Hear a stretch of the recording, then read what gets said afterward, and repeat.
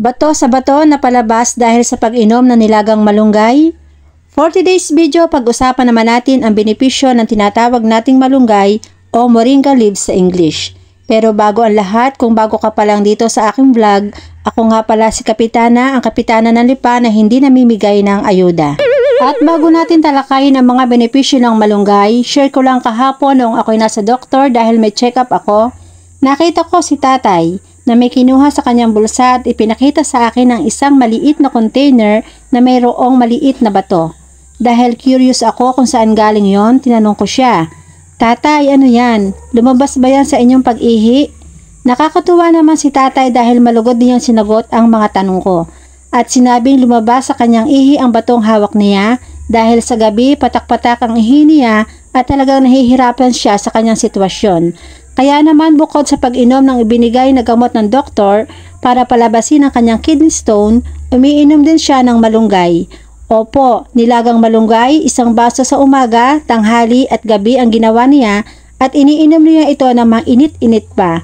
At sinasabayan din niya ng maraming tubig. Siyempre, nagulat na lang daw siya at bigla na lang tumalsik sa bowl ang bato isang umaga pag-ihi niya. Kaya naman share ko lang sa inyo na sobrang laking tulong talaga ng pag-inom ng malunggay sa ating katawan. Kaya walang mawawala kung inyo din itong susubukan. Ugaliin nating samahan ng dahon ng malunggay ang ating mga niluluto lalo na sa mga gulay dahil bukod sa masarap na ay napakasustansya talaga nito para sa ating mga anak. Pero ano nga ba ang malunggay? Ang malunggay kung tawagin natin sa English ay moringa leaves na napakayaman sa vitamin C, beta-carotene that act against free radicals.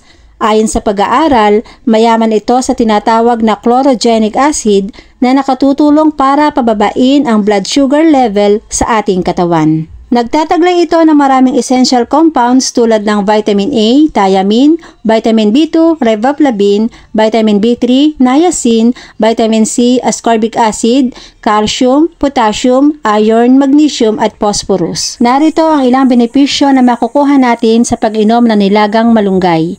Nakatutulong ito upang pababain ang blood sugar sa ating katawan lalo na sa mga diabetic person o yung mataas ang blood sugar sa kanilang katawan. Nakatutulong para sa pamamaga ng ating mga muscles sa ating katawan. Nakakatulong upang pababain ang tinatawag na bad cholesterol level sa ating katawan.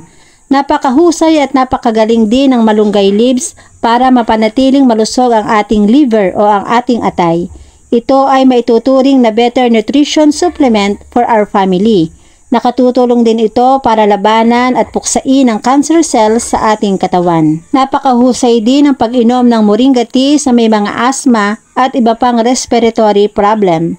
Nakatutulong upang maiwasan ang pagkakaroon ng kidney stone o ang bato sa bato. Kung high blood ka, nakakatulong ito upang mapababa ang iyong high blood pressure. Mayroon din itong antioxidant, beta-carotene para mapanatiling malinaw ang ating paningin. Kaya naman ang payo ng inyong kapitana, ugaliin natin ang pag-inom na nilagang malunggay dahil sobrang laking tulong nito sa ating katawan. Lalo ngayong paiba-iba ang panahon, sobrang init at maya-maya naman ay uulan. At kung nagustuhan mo ang aking video, pakishare naman para marami pa tayong matulungan na ating mga kababayan. Muli po, maraming salamat. God bless po sa ating lahat.